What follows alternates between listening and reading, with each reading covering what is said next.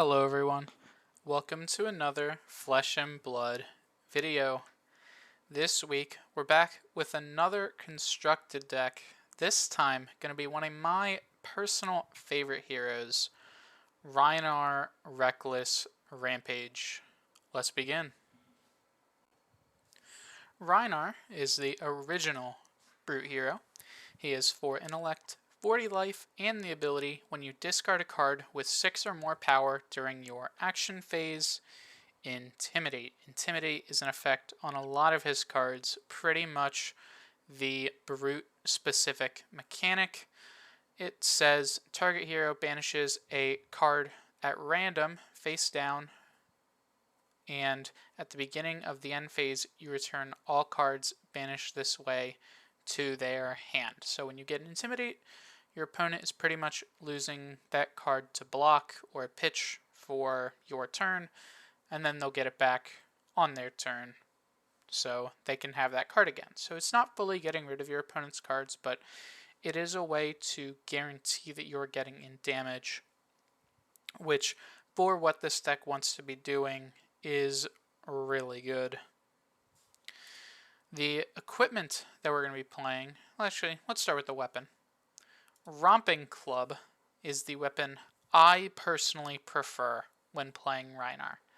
A lot of people do prefer the claws, and I will say claws are a good choice. If you wanted to, you could play claws, but personally, I do like the Romping Club. I just like the consistent 2 for 4, sometimes it's for 5 that the Romping Club gives you, which is why I play this over the Mandible Claws. For the helmet, I go with Crown of Providence. If you didn't own Crown of Providence or the other legendary helmet, Alkanite Skullcap, you could easily play a headpiece like Bone Visor, but the one that I prefer over Crown, if I don't play Crown, is Hope Merchant's Hood. Hope Merchant's Hood lets you fix your hands that are pretty bad, and this deck does tend to have situations where your hand might be maybe 4 non-attacks or even 4 attacks. Sometimes you don't have resources to play, and it does happen sometimes, but that's just the Brute thing, because your hand needs to be so specific. You need to have something to pitch, something to play, something to discard, and it just makes your hand need to be exactly enough. So having something that lets you redraw, like the Crown of Providence or Hope Merchant's Hood, is really good. This deck does take a lot of turns, so we're playing Tunic. If you didn't own Tunic, you could play the Brute chess piece from set 1, Barkbone Strapping, or I believe it's in here, you could play the Hardened Cross Strap, which we'll talk about after this main equipment.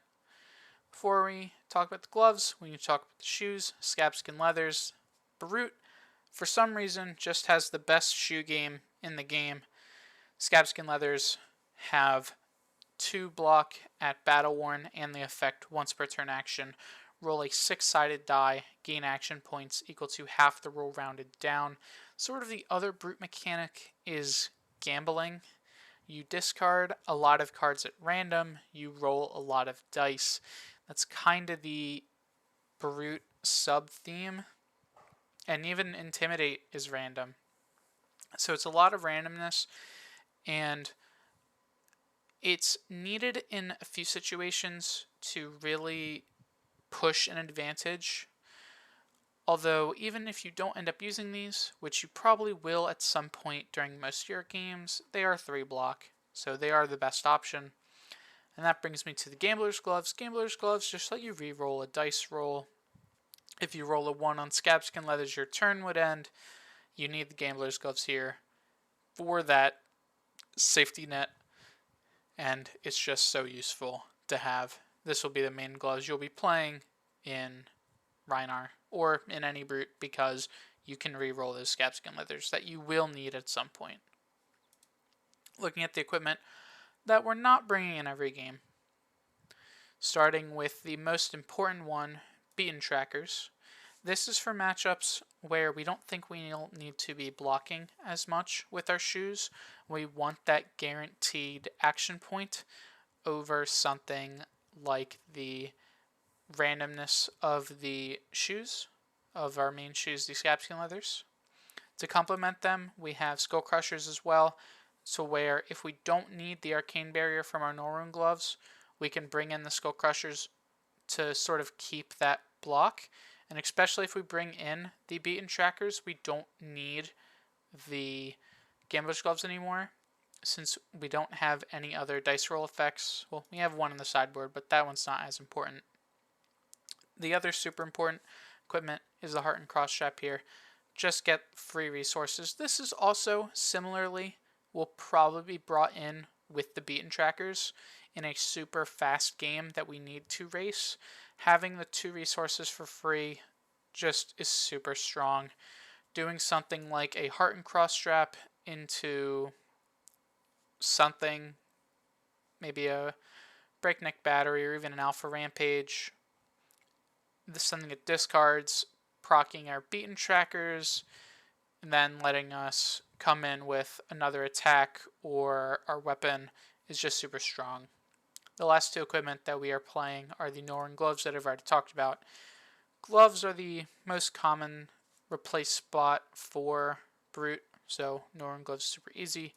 And then if we ever need more, say we're playing against a wizard, Skullhorn is a good replacement arcane barrier 2, as well as giving us even though something we probably don't want to do most of the time, a discard effect that is still quite good because it still also draws us a card and maybe we can fix our hand. Next, let's take a look at our main board.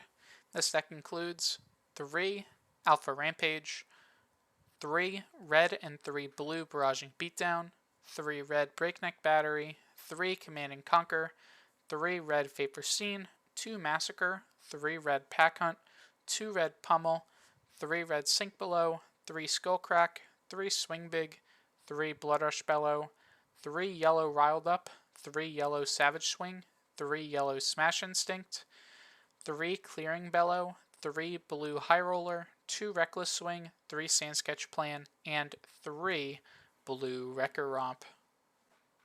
The first thing I'm going to explain is our blues.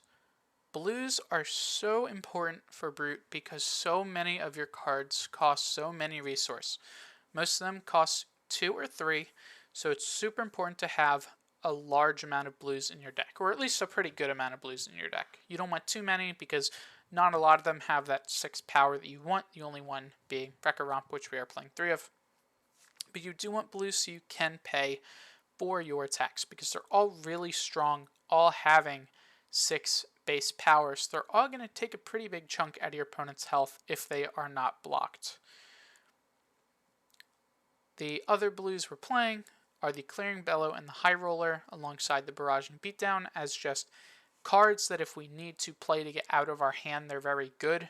If we don't have to pitch them, they're an Intimidate. Barraging Beatdown's the best. It has the most upside. It gives us more damage. High Roller's upside doesn't really come into play ever, so it's pretty much just more Clearing Bellows, and Clearing Bellow is the most basic.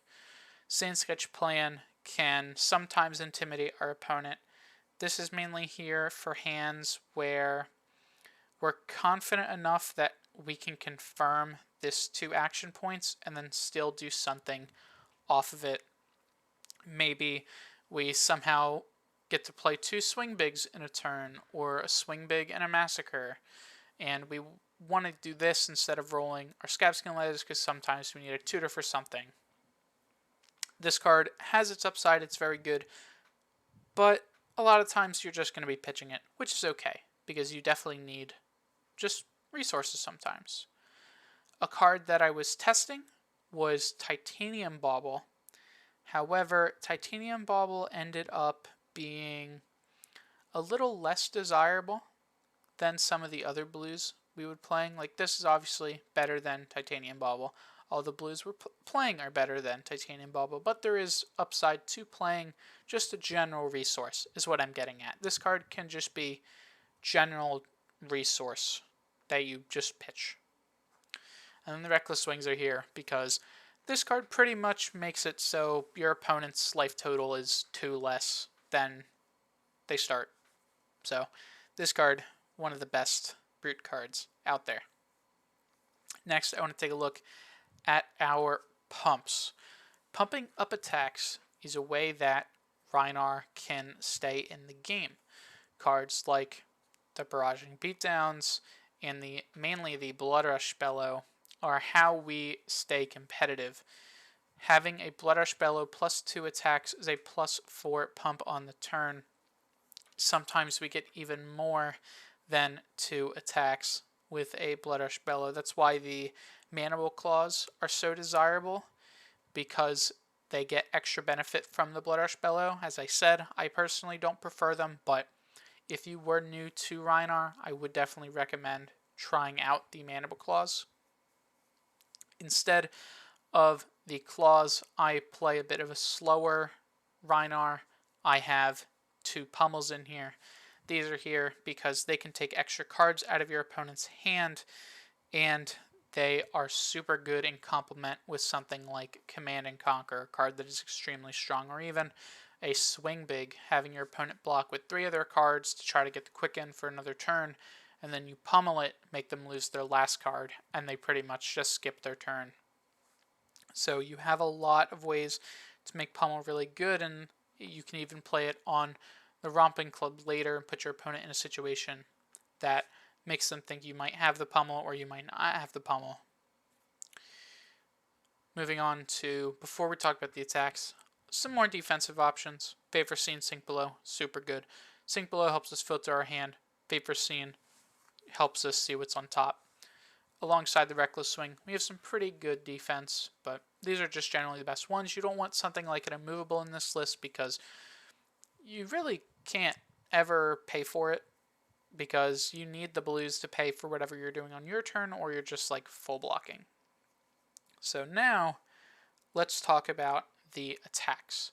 The attacks are the big part of Rhinar, because if you're playing any attacks with less than 6 base power, you really need to watch out because they don't proc any of your effects. Breakneck Battery won't get go again. Massacre won't have its effect if you ever end up playing the Massacre. Rhinar won't even trigger because it has to be something with 6 base attack or more. So all the attacks in this deck have at least 6 attack. Now I have seen people play things like Zealous Belting. That's fine. I wouldn't play Rouse the Ancients because your attack generally isn't high enough to get it off, but Zealous Belting is a playable card that I think is fine in Rhinar, just it's not in here. Mainly because, again, this is a slower version. So we're playing the attacks that are the harder hitting ones, the main attacks you'll see most Rhinars play. Alpha Rampage is the other Rhinar specialization. It's a 3-for-9 that has an innate Intimidate, so we'll get 1 off of our hero's ability as well as Alpha Rampage itself. Breakneck Battery is the best one to gain go again.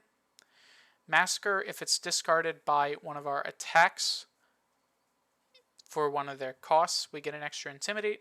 We're generally not playing it for its actual attack, but it does get +2 and intimidates if we did discard a 6 or more. Pack Hunt is just a 2-for-6 with Intimidate. Skullcrack gives us a resource when it's discarded at random. Swing Big is a 2-for-8 that gives our opponent a Quicken token if it doesn't hit. Riled Up is a 3-for-6 that gets +1 if we've discarded a 6 or more. Savage Swing is a 1-for-6 with a random discard. And Smash Instinct is a 3-for-6 with a innate Intimidate. And then we already talked about the Wrecker Romp. It's the only blue with 6 power. So a few of these attacks you can easily swap out. Mainly the yellow ones. These are just my favorites. Savage Swing is super easy to play off a Skullcrack and a Sand Sketch Plan turn. Riled Up is just a pretty consistent yellow that I like, and I think Smash Instinct is probably the best of the yellow attacks. No cost, still intimidates, good damage.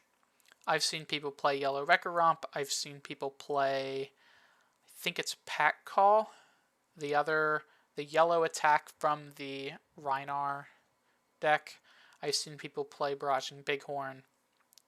But these three I prefer as my yellow attacks, and everything else is a red attack.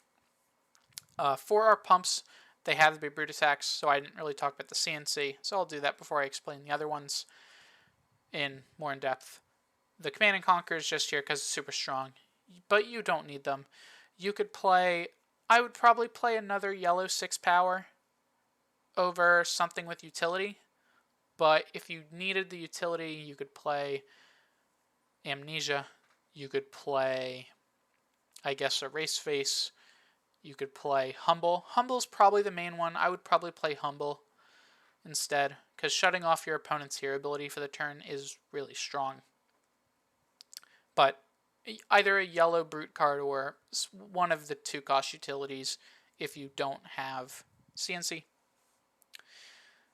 Looking more in depth into some of the brute attacks, pretty much the main 3, the Swing Big, the Breakneck Battery, and the Alpha Rampage. Not so much the Alpha Rampage, we already talked about that enough, but the Breakneck Battery and the Swing Big are the main 2 I want to talk about before we take a look at our sideboard. Breakneck Battery is our main card we're going to be playing to get 2 attacks in on a turn. If we've discarded a 6 power or more card with the Breakneck Battery, we get Go again, and it lets us extend our turns super long. Especially even if we just go into Breakneck Battery into the weapon, maybe we played a Blood Rush Bellow, maybe we took 2 or 3 cards out of our opponent's hand with the Breakneck Batteries, discard triggering our hero, or maybe we played a Barraging Beatdown or a Clearing Bellow. So this card can be a way to get cards out of our opponent's hand and still play attacks afterwards to get in a ton of damage. And then Swing Big is probably the best brute card we got in recent memory. That's like a decently recent brute card. So it's a 2 for 8. And if it doesn't hit, I already read it, if it doesn't hit, the defending hero gets a quicken when the chain closes. So either your opponent's taking some damage, so worth it, or your opponent spent at least 2 to 3 cards, depending on their equipment. Even if they spend equipment, 2 cards, and they get a quicken token. Well, if it's not Lexi, what are they going to do with the quicken token? Well, I guess Azalea could use it too, but there's a lot of decks where if they don't have their whole hand, it's going to be really hard for them to use the quicken token, especially with something like a Pummel. You could pummel the Swing Big, make them lose another card. Suddenly they don't get the quicken token. If you've intimidated before, you just get free damage. If it's off like a Blood Rush Bellow, or you pumped it with something else like the Barraging Beatdown, not so much Barraging Beatdown because you lose it if they spend more cards, but if you pumped it with the Blood Rush Bellow, or say your opponent knows you have a Pummel somehow, you just get more cards out of your opponent's hand. Swing Big for 10 suddenly takes your opponent's whole hand, or 3 cards plus an equipment. So this card is one of the better red brute attacks. Like I said, Swing Big, Breakneck Battery, Alpha Rampage, probably the best red brute attacks that Rhinar has access to. Finally, let's take a look at the sideboard for Rhinar. This sideboard includes 2 red Reinforce the Line, 2 red Sigil of Solace, 2 Arg Smash, 1 Remembrance, 2 That All You Got, and our 1 remaining Reckless Swing. Talking about the Reckless Swing first. Against matchups where you want to bring in some more D-Reacts, Reckless Swing's really good. Chip your opponent down. It can be super strong. Those games are generally going to be a lot closer. you'll be trading blows, blocking, swinging with maybe just your weapon. So you want the D-React to help you, as well as those matchups. Generally, you'll need to play some of your bigger attacks with less cards in hand, so having the extra blue can help you pay for them. That all you got is here for aggro matchups. You'll want to bring these in against things like Fi, Katsu, Dash. Punish them for attacking with something small, and then replace it, and then hit them with a big crackback. Remembrance is here for those super late game decks. Think decks like Dromai or the new Prism, possibly. Decks that are going to try to fatigue you. Oldhim, which he's going to be gone soon, but a deck like Oldhim, Remembrance is really good. Maybe even something like Azuri, if they try to fatigue you. Remembrance could be pretty good. Arc Smash is here, really just for Dash. No other deck. I guess Kano does, and I guess Briar, which don't bring this card in against Briar, but I guess she does play Amulet of Earth. There are items that aren't in Dash, but if you resolve this against Dash, you probably win the game if you land at least a 2 and hit one item. Hitting a 4 or higher is insane because you're going to get at least 2 items there. So really good in those matchups. As well, it's a yellow that blocks 3, so it's not terrible. Sigil is here for those, again, those fatigue matchups. You'll be able to guarantee you see the Sigil, but you're not going to die. The main board of this deck is very aggressive. So having these defensive tools in the sideboard is super important, because in those late game matchups, you might not have enough to close out the game. So extending a little bit, having the Remembrance to shuffle stuff back, having the Sigils so you don't have to spend cards to block later, saving you 3 health early on a turn you can afford to play Sigil, are really good. And then the final card, Red Reinforce the Line. Normally I'm not so high on this card, but in a deck like this that you don't really mind blocking with a actual attack action card, since, like I said, you need to have a pretty exact hand. Reinforce the Line can be some added defense, especially since you can't play those costly defense reactions, or even you can't really play an Oasis Respite because it spends too much. Reinforce the Line is a way to just get some extra defense, since as well we already have the Sink Blows and the Fate Racines in the deck. Thank you all for watching the video. I hope you enjoyed. By the time you will see this video, the week after will be spoiler season. So, I don't know if I definitely don't have a card coming, so don't expect to see a spoiler from me. But I think if we have enough that's interesting, which, I mean, I hope we do, I think the video for next week will take a look at some of those spoilers. Maybe a bit of theory crafting. I think Vincent already, with the shadow cards we have, could be pretty good, so maybe we'll have something looking at that. Once we know the whole set, I'll definitely be doing the less costly equipment guide for replacements even in this deck. Like I said, there are replacements. You can play Hope Merchant's Hood instead of Crown of Providence. In our sideboard, we have Hardened Crossstrap, which we can play instead of Tunic. Beaten Trackers, which we can play instead of Scabskin Leathers. Cards that are easy to replace legendaries with are something that I think the game needs a bit more of. And there are some people that don't, they're in this position where they don't have the legendaries. They need to play replacements, but they might not know which cards they want to play. So look to the next few weeks for when those videos come up. Maybe I'll have something in between if I think of anything that would be pretty interesting. But with that said, I hope you guys enjoyed the video, and I will see you in the next one. Goodbye.